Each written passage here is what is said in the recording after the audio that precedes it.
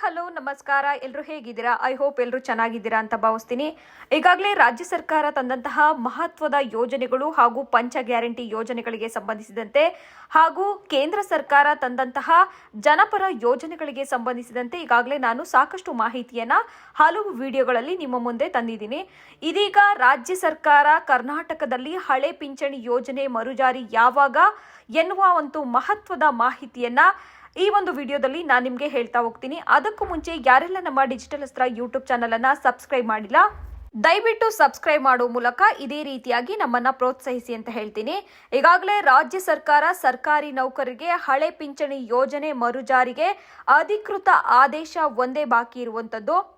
ಕರ್ನಾಟಕದಲ್ಲಿ ಹಳೆ ಪಿಂಚಣಿ ಜಾರಿ ಯಾವಾಗ ಎನ್ನುವಂತಹ ಒಂದು ಬೇಡಿಕೆಯನ್ನ ಈಗಾಗಲೇ ಸರ್ಕಾರಿ ನೌಕರರು ಬಹುದಿನದ ಬೇಡಿಕೆಯನ್ನ ಸರ್ಕಾರದ ಮುಂದೆ ಇಟ್ಟಿದ್ರು. ಸರ್ಕಾರಕ್ಕೆ ಆಗುತ್ತಿರುವಂತಹ ಒಂದು ಆರ್ಥಿಕ ಹೊರೆಯನ್ನ ತಪ್ಪಿಸುವಂತಹ ಒಂದು ಉದ್ದೇಶದಿಂದಾಗಿ 2004ರಲ್ಲಿ ಕೇಂದ್ರ ಸರ್ಕಾರ ಹಳೆ ಪಿಂಚಣಿ ಯೋಜನೆಯನ್ನ ರದ್ದುಗೊಳಿಸಿ ರಾಷ್ಟ್ರೀಯ ಪಿಂಚಣಿ ಯೋಜನೆಯನ್ನ ದೇಶಾದ್ಯಂತ ಅನ್ವಯವಾಗುವಂತೆ ಜಾರಿ ತಂದಿತ್ತು. ಅಂದಿನಿಂದ ಇಂದಿನವರೆಗೂ ಸಹ ಸರ್ಕಾರಿ ನೌಕರರು ಹಳೆ ಪಿಂಚಣಿ ಯೋಜನೆಯನ್ನ ಮರುಜಾರಿಗೆ ಮಾಡಲೇಬೇಕು ಅನ್ನುವಂತ ಒಂದು ಒತ್ತಡವನ್ನ ಸರ್ಕಾರದ ಮುಂದೆ ಇಟ್ಟಿದ್ರು. 2023ರ ಒಂದು ವಿಧಾನಸಭಾ ಚುನಾವಣೆಯ ಸಂದರ್ಭದಲ್ಲೂ ಸಹ ರಾಜ್ಯ ಸರ್ಕಾರ ಅಂದ್ರೆ ರಾಜ್ಯ ಕಾಂಗ್ರೆಸ್ ಪ್ರಣಾಳಿಕೆಯಲ್ಲಿ ಚುನಾವಣಾ ಪ್ರಣಾಳಿಕೆಯಲ್ಲಿ ಸರ್ಕಾರಿ ನೌಕರರ ಬೇಡಿಕೆಗಳನ್ನ ಈಡೇರಿಸುತ್ತೇವೆ ಅನ್ನುವಂತ ಒಂದು ಭರವಸೆಯನ್ನು ಸಹ ನೀಡಿದ್ರು. ಈಗಾಗಲೇ ಹಲವು ಬೇಡಿಕೆಗಳನ್ನ ರಾಜ್ಯ ಸರ್ಕಾರ ಈಡೇರಿಸಿದೆ. ಇದೀಗ ಕರ್ನಾಟಕದ ಸರ್ಕಾರಿ ನೌಕರರ ಬಹುದಿನದ ಬೇಡಿಕೆಯಾಗಿರುವಂತಹ ಹಳೆ ಪಿಂಚಣಿ ಯೋಜನೆ ಮರುಜಾರಿಗೆ ಸಂಬಂಧಿಸಿದಂತೆ ಮುಖ್ಯಮಂತ್ರಿ ಸಿದ್ದರಾಮಯ್ಯನವರಿಗೆ ಹಾಗೂ ಡಿಸಿಎಂ ಡಿಕೆ ಶಿವಕುಮಾರ್ ಅವರಿಗೆ ಹಲವು ಬಾರಿ ಮನವಿಯನ್ನು ಸಹ ನೀಡಿದ್ರು. ಸರ್ಕಾರಿ ನೌಕರರ ಒಂದು ಬಹುದಿನದ ಬೇಡಿಕೆಯಾದಂತಹ ಹಳೆ ಪಿಂಚಣಿ ಯೋಜನೆ ಮರುಜಾರಿಗೆ ಸಂಬಂಧಿಸಿದಂತೆ ಕಾಂಗ್ರೆಸ್ ಸರ್ಕಾರ ಈಗಾಗಲೇ ಮಣಿದಿರುವಂತದ್ದು. ಕಾಂಗ್ರೆಸ್ನ ಒಂದು ಸರ್ಕಾರ ಏನಿದೆ ಹಳೆ ಪಿಂಚಣಿ ಯೋಜನೆಯನ್ನ ಗಂಭೀರವಾಗಿ ಪರಿಗಣಿಸಿರುವಂತದ್ದು.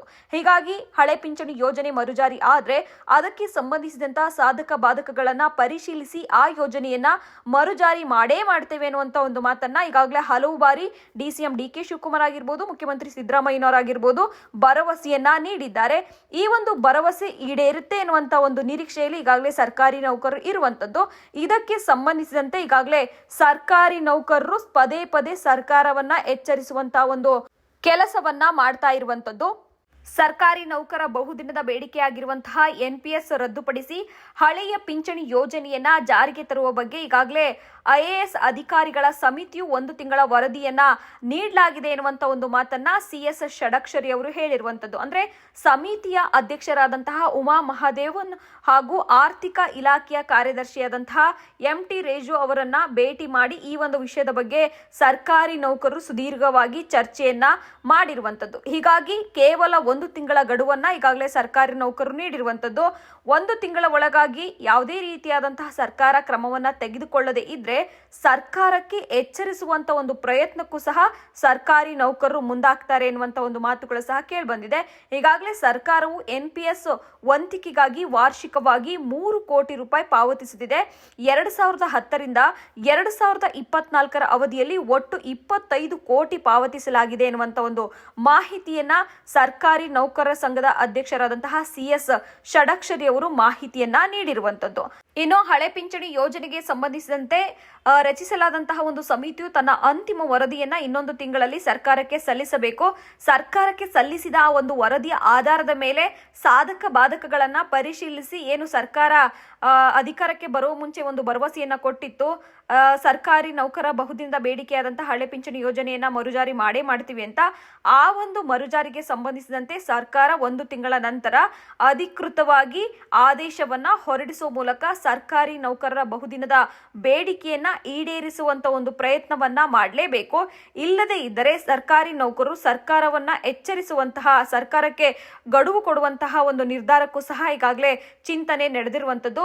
ರಾಜ್ಯ ಸರ್ಕಾರಿ ನೌಕರರ ಸಂಘದ ರಾಜ್ಯಾಧ್ಯಕ್ಷರಾದಂತಹ CS ಷಡಕ್ಷರಿ ಅವರ ನೇತೃತ್ವದಲ್ಲಿ ಈಗಾಗಲೇ ಒಂದು ನಿಯೋಗವು ಸಹ NPS ರದ್ದುಪಡಿಸಿ OPS ಜಾರಿಗೊಳಿಸುವಂತೆ ಪ್ರಬಲವಾದ ಒಂದು ದಾಖಲೆಗಳನ್ನ ಈಗಾಗಲೇ ಸಮಿತಿಗೆ ಸಲ್ಲಿಸಿರುವಂತದ್ದು. ಆ ಒಂದು ಸಲ್ಲಿಸಿರುವಂತಹ ವರದಿಯ ಆಧಾರದ ಮೇಲೆ ಸರ್ಕಾರಕ್ಕೆ ಇನ್ನು 1 ತಿಂಗಳ ಒಳಗೆ ವರದಿಯನ್ನ ಸಲ್ಲಿಸ್ತೇವೆ ಅನ್ನುವಂತ ಒಂದು ನಿರ್ಧಾರಕ್ಕೂ ಸಹ ಮುಂದಾಗಿರುವಂತದ್ದು. ಅಂದ್ರೆ NPS ಯೋಜನೆಯಲ್ಲಿ ನೌಕರರ ವೇತನದಲ್ಲಿ 10% ಮತ್ತೆ ಸರ್ಕಾರದಿಂದ 14% ವಂತಿಕೆ ಸೇರಿಸಿ ಷೇರು ಮಾರುಕಟ್ಟೆಯಲ್ಲಿ ಹೂಡಿಕೆ ಮಾಡಲಾಗುತ್ತೆ. ಒದಗಿಸಲಾಗುತ್ತದೆ. ಆದರೆ ಪಶ್ಚಿಮ ಬಂಗಾಳದಂತಹ ರಾಜ್ಯಗಳಲ್ಲಿ ಇಂದಿಗೂ ಸಹ NPS ಜಾರಿಯಾಗಿಲ್ಲ.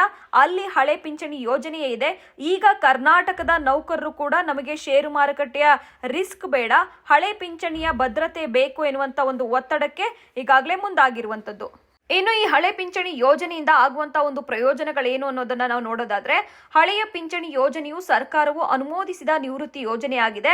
ಈ ಒಂದು ಸರ್ಕಾರಿ ನೌಕರರ ಒಂದು OPS ಅಡಿಯಲ್ಲಿ ಮಾಸಿಕ ಪಿಂಚಣಿಯನ್ನು ಪಡೀತಾರೆ. ಇದು ಕನಿಷ್ಠ 10 ವರ್ಷಗಳ ಸೇವೆಯನ್ನ ಪೂರ್ಣಗೊಳಿಸಿದ ಸರ್ಕಾರಿ ನೌಕರರಿಗೆ ಅವರ ಕೊನೆಯ ಮೂಲ ಸಂಬಳ ಮತ್ತು ಸೇವೆಯ ವರ್ಷಗಳ ಆಧಾರದ ಮೇಲೆ ಖಾತರಿಪಡಿಸಿದ ಪಿಂಚಣಿಯನ್ನ ಒದಗಿಸಲಾಗುತ್ತದೆ.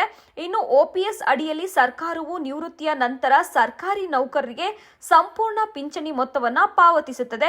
ಹೀಗಾಗಿ ಉದ್ಯೋಗಿಗಳು ಸೇವೆಯಲ್ಲಿರುವಾಗ ಅವರ ಸಂಬಳದಿಂದ ಯಾವುದೇ ಮೊತ್ತವನ್ನ ಕಡಿತಗೊಳಿಸಲಾಗುವುದಿಲ್ಲ. ನಿವೃತ್ತಿಯ ನಂತರ ಸರ್ಕಾರಿ ನೌಕರರು ಪಿಂಚಣಿ ಮೊತ್ತವನ್ನ ಮತ್ತು ವರ್ಷಕ್ಕೆ 2 ಬಾರಿ ತುಟಿ ಭತ್ಯೆಯನ್ನ ಪರಿಷ್ಕರಣೆಯ ಪ್ರಯೋಜನವನ್ನ ಪಡೀತಾರೆ. ಹೀಗಾಗಿ ಕೊನೆಯ ಸಂಬಳ ಮತ್ತು DA ಆಧಾರದ ಮೇಲೆ ಪಿಂಚಣಿಯನ್ನ ಪಡೆಯೋದರಿಂದ ವರ್ಷಕ್ಕೆ 2 ಬಾರಿ DA ಅಂದ್ರೆ ತುಟಿ ಭತ್ಯೆ ಹೆಚ್ಚಾದಾಗ ಅವರ ಒಂದು ಪಿಂಚಣಿ ಸಹ ಹೆಚ್ಚಾಗುತ್ತದೆ. ಹೀಗಾಗಿ ಈ ಒಂದು ಯೋಜನೆಯನ್ನ ಅಂದ್ರೆ ಹಳೆ ಪಿಂಚಣಿ ಯೋಜನೆಯನ್ನ ಸರ್ಕಾರಿ ನೌಕರಿಗೆ ಮಾತ್ರ ಅನ್ವಯಿಸುತ್ತದೆ. ಹೀಗಾಗಿ ಹಳೆ ಪಿಂಚಣಿ ಯೋಜನೆಯನ್ನ ಜಾರಿ ಮಾಡಲೇಬೇಕು ಎನ್ನುವಂತ ಒಂದು ಪಟ್ಟನ್ನ ಸರ್ಕಾರಿ ನೌಕರರು ಹಿಡಿದಿರುವಂತದ್ದು. ಅದಲ್ಲದೆ ಆಂಧ್ರ ಪ್ರದೇಶ ಮತ್ತು ತೆಲಂಗಾಣದಲ್ಲಿ NPS ಬದಲಿಗೆ GPS ಜಾರಿಯಲ್ಲಿದೆ. ಆದ್ರೆ ಕರ್ನಾಟಕದ ಸರ್ಕಾರಿ ನೌಕರ ಸಂಘವು ಸಂಪೂರ್ಣವಾಗಿ ಹಳೆಯ ಪಿಂಚಣಿ ಯೋಜನೆಯನ್ನೇ ಜಾರಿಗೊಳಿಸಬೇಕು ಎನ್ನುವಂತ ಒಂದು ಪಟ್ಟನ್ನ ಹಿಡಿದಿರುವಂತದ್ದು. ಈಗಾಗಲೇ ಸರ್ಕಾರಿ ನೌಕರು ಇನ್ನೊಂದು ಅಂಶವನ್ನ ಗಮನಿಸಬೇಕು. ಸರ್ಕಾರ ವರದಿ ಸ್ವೀಕರಿಸಿದ ತಕ್ಷಣ OPS ಅನ್ನ ಜಾರಿಗೊಳಿಸೋದಿಲ್ಲ, ಅದಕ್ಕೆ ಸಂಪುಟದ ಒಪ್ಪಿಗೆ ಬೇಕಾಗುತ್ತದೆ. ಇನ್ನು ಹಳೆಯ ಪಿಂಚಣಿ ಯೋಜನೆಯ ಅನುಕೂಲಗಳು ಏನು ಅನ್ನೋದನ್ನ ನಾವು ನೋಡೋದಾದ್ರೆ, ಇದು ನಿವೃತ್ತಿಯ ನಂತರ ಜೀವನ ಪರ್ಯಂತ ಆದಾಯವನ್ನ ಖಚಿತಪಡಿಸುತ್ತದೆ. ಅದಲ್ಲದೆ ವರ್ಷಕ್ಕೆ 2 ಬಾರಿ DA ಪರಿಷ್ಕರಣೆಯೊಂದಿಗೆ ನೌಕರರ ಪಿಂಚಣಿಯು ಸಹ ಹೆಚ್ಚಾಗುತ್ತದೆ. ಪಿಂಚಣಿ ಪಾವತಿಗಳಿಗಾಗಿ ನೌಕರ ಸಂಬಳದಿಂದ ಯಾವುದೇ ಕಡಿತವಿರಲ್ಲ. ಅದಲ್ಲದೆ ಪಿಂಚಣಿಗೆ ತಗುಲುವ ವೆಚ್ಚವನ್ನ ಸರ್ಕಾರವೇ ಸಹ ಭರಿಸುತ್ತದೆ. ಇದು ನಿವೃತ್ತಿ ಸರ್ಕಾರಿ ನೌಕರರು ಮತ್ತು ಅವರ ಸಂಗಾತಿಗಳಿಗೆ ಖಾತರಿಪಡಿಸಿದ ಹಣದುಬ್ಬರ ಮತ್ತು ವೇತನ ಆಯೋಗ ಪಿಂಚಣಿ ಪಾವತಿಗಳನ್ನು ಒದಗಿಸುತ್ತದೆ. ಅದಲ್ಲದೆ ಉದ್ಯೋಗಿಗಳು ಪೂರ್ವ ನಿರ್ಧಾರಿತ ಸೂತ್ರದ ಅಡಿಯಲ್ಲಿ ಪಿಂಚಣಿ ಪಡೆಯುತ್ತಾರೆ. ಅಂದರೆ ಕೊನೆಯದಾಗಿ ಪಡೆದ ಮೂಲ ವೇತನದಲ್ಲಿ 50% ಜೊತೆಗೆ DA ಅಥವಾ ಕೊನೆಯ 10 ತಿಂಗಳ ಸೇವೆಯಲ್ಲಿನ ಸರಾಸರಿ ಗಳಿಕೆ ಯಾವುದೇ ಹೆಚ್ಚು ಎಂಬುದರ ಆಧಾರದ ಮೇಲೆ ನಿರ್ಧಾರವಾಗುತ್ತದೆ. ಇನ್ನು OPSನ ಅನಾನುಕೂಲಗಳೇನು ಅನ್ನೋದನ್ನ ನೋಡೋದಾದ್ರೆ, ಇದು ಮತ್ತು ಕೇಂದ್ರ ಹಾಗೂ ರಾಜ್ಯ ಸರ್ಕಾರದ ಮೇಲೆ ಭಾರಿ ಪಿಂಚಣಿಯ ಹೊರೆಯಾಗಲಿದೆ. ನಿರಂತರವಾಗಿ ಬೆಳೆಯಬಹುದಾದಂತಹ ಮತ್ತು ಪಿಂಚಣಿ ಪಾವತಿಗಳಿಗೆ ಸರ್ಕಾರದ ಹೊಣೆಗಾರಿಕೆಯನ್ನ ಕಡಿಮೆ ಮಾಡಬಹುದಾದ ಪಿಂಚಣಿಗಳಿಗಾಗಿ ಯಾವುದೇ ಕಾಂಪನ್ಸೇಷನ್ ಅನ್ನ ರಚಿಸಲಾಗಲ್ಲ. ಪ್ರತಿ ವರ್ಷ ಪಿಂಚಣಿ ಹೂಡಿಕೆಗಳಿಗೂ ಹೆಚ್ಚುತ್ತಲೇ ಇರುವುದರಿಂದ ಇದು ಸಮರ್ಥನೀಯವಲ್ಲ ಅನ್ನುವಂತ ಒಂದು ಅಂಶಗಳು ಸಹ ಕಾಣಬಹುದಾಗಿದೆ. ಈಗಾಗಲೇ ಸರ್ಕಾರಕ್ಕೆ ಎಚ್ಚರಿಕೆಯನ್ನ ಕೊಡುವಂತ ಒಂದು ನಿರ್ಧಾರಕ್ಕೂ ಸಹ ಈಗಾಗಲೇ ಸರ್ಕಾರಿ ನೌಕರರು ಮುಂದಾಗಿರುವಂತದ್ದು. ಯಾಕೆಂದ್ರೆ ನಿವೃತ್ತಿಯ ನಂತರ ಜೀವನ ಹೇಗೆ ಎಂಬ ಚಿಂತೆ ಸರ್ಕಾರಿ ನೌಕರಿಗೆ ಕಾಡ್ತಾ ಇರುತ್ತದೆ. ಹೀಗಾಗಿ ಪ್ರತಿ ತಿಂಗಳು ನಿಮ್ಮ ಸಂಬಳದಲ್ಲಿ ಕಟ್ಟಾಗುವಂತಹ NPS ಹಣ ಷೇರು ಮಾರುಕಟ್ಟೆಯಲ್ಲಿ ಏನಾಗ್ತಿದೆ ಎಂಬ ಒಂದು ಟೆನ್ಷನ್ ಸರ್ಕಾರಿ ನೌಕರಿಗೆ ಇದ್ದೇ ಇರುವಂತದ್ದು. ಹೀಗಾಗಿ ನಿವೃತ್ತಿಯ ನಂತರ ಬದುಕಿನ ಭದ್ರತೆ ಒದಗಿಸುವ ಹಳೆ ಪಿಂಚಣಿ ಯೋಜನೆಯನ್ನ ಮತ್ತೆ ಜಾರಿಗೆ ತರಬೇಕು ಅನ್ನೋದು ಸರ್ಕಾರಿ ನೌಕರ ಒಂದು ಒತ್ತಡ ಆಗಿರುವಂತದ್ದು. ಹೀಗಾಗಿ ಶೀಘ್ರದಲ್ಲಿ ಕೊಟ್ಟಿರುವಂತಹ 1 ತಿಂಗಳ ಗಡುವಿನ ನಂತರ ಸರ್ಕಾರ ಕೊಟ್ಟ ಮಾತಿನಂತೆ ಸರ್ಕಾರಿ ನೌಕರ ಬೇಡಿಕೆಯನ್ನು ಈಡೇರಿಸುತ್ತಾ ಹಳೆ ಪಿಂಚಣಿ ಯೋಜನೆ ಜಾರಿಯಾಗೋದ್ರಿಂದ ಸರ್ಕಾರಕ್ಕೆ ಹೊರೆಯಾಗುತ್ತಾ ಅಥವಾ ಈ ಒಂದು ನಿರ್ಧಾರ ಏನು ಕೊಟ್ಟ ಮಾತನ್ನ ನಡೆಸ್ಕೊಳ್ಳಿಲ್ಲ ಅಂದ್ರೆ ಸರ್ಕಾರದ ವಿರುದ್ಧ ಸರ್ಕಾರಿ ನೌಕರರ ಒಂದು ಮುಂದಿನ ಹೋರಾಟ ಯಾವ ರೀತಿಯಾಗಿ ಇರುತ್ತೆ ಎನ್ನುವಂತ ಒಂದು ಮಾಹಿತಿಯನ್ನ ಮುಂದಿನ ವಿಡಿಯೋದಲ್ಲಿ ನಾನು ನಿಮಗೆ ಕೊಡ್ತಾ ಹೋಗ್ತೀನಿ. ಈ ಒಂದು ಮಾಹಿತಿ ನಿಮಗೆ ಇಷ್ಟ ಆಗಿದ್ರೆ ದಯವಿಟ್ಟು ಲೈಕ್ ಮಾಡಿ, ಶೇರ್ ಮಾಡಿ, ನಿಮ್ಮ ಅಭಿಪ್ರಾಯವನ್ನ ಕಾಮೆಂಟ್ ಬಾಕ್ಸ್ ನಲ್ಲಿ ತಿಳಿಸಿ. ಮತ್ತೆ ಸಿಗೋಣ. ಧನ್ಯವಾದಗಳು.